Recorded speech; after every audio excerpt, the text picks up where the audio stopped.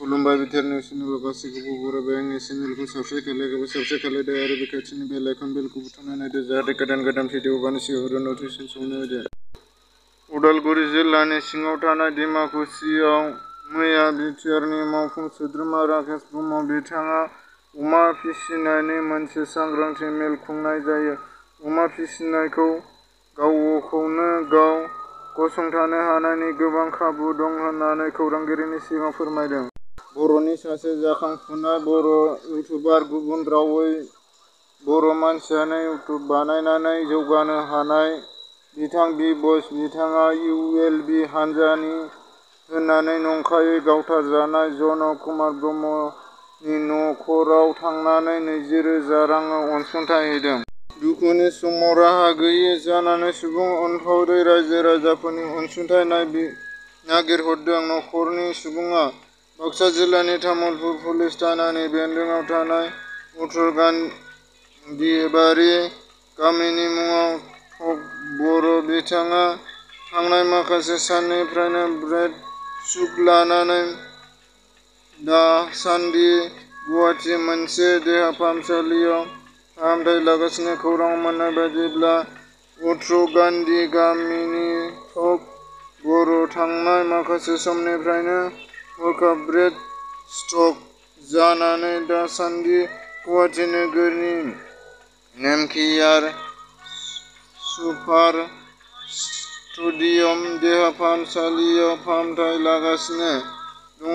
जाहोनाव दुखुथिया नखरा खनसे हाखौ फाननानै बेरामखौ फाहामथाय होनायनि गेजेरजोंबो बे समाव रांखावरिनि गोबां आंखाल गोग्लैनानै दं। देहा फाहामगिरिनि बिथोन आरो फोरमायनाय बायदिब्ला बे समाव बेरामखौ फाहामथाय होनायाव 8 लाख रांनि गोनांथि दङ। बेनिखायनो टक बर'नि फिसाजो हाबिला बर'आ नुजाथिनाय रांखावरिनि आंखालखौ सुफुंनो थाखाय बिटिआर सरकार आरो गोसो अनफावरि रायजो-राजाफोरनिसिम हेफाजाब हास्थायदों।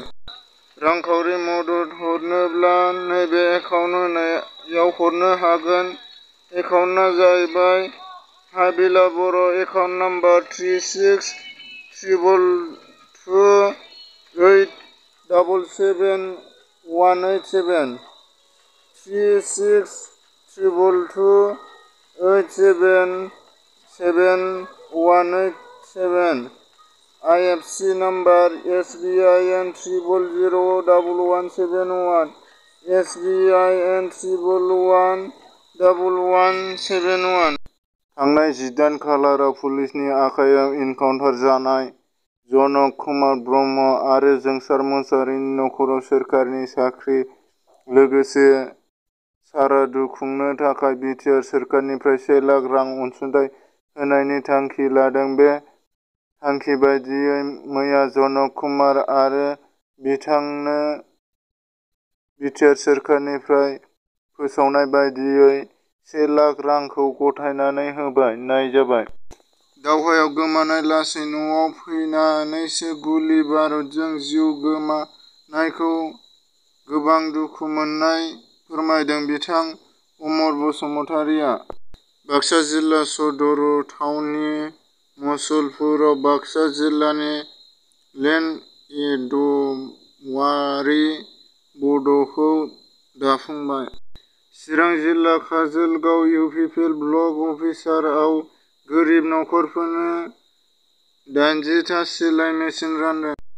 BPFनि MLA रबिराम नार्जारि बिथाङा नंखाय इनकाउन्टार जानायनि दुखुथिया जोंसार मुसाहारिनि नखराव सोर सोरखौ सोंखारिखो? बिथाङा सोंखारिनायसो जाहैदों। जेम्स मुसाहारि बिथाङा सुबुंखाथा दख'रा एबसुनि बानजायनाय गेलेनाय सोलोंथाइ होनाय हाबाफारियाव बाहागो लाफैदों। बाक्सा जिल्लानि सिङाव थानाय मानासनिफ्राय सालबारि थांनाय लामायाव गंसे फिलफिलिनि जाब्रबथाय जादों।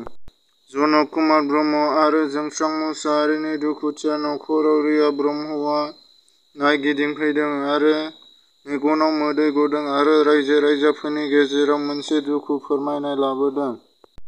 जनक कुमार ब्रह्मनि दुखुथिया नखरावनो बर' सावथुन दिहुनगिरि लोगोसे फावखुंग्रि गेमस्रि दैमारि बिथाङा 20,000 नोगोर रां अनसुंथाइ होदों।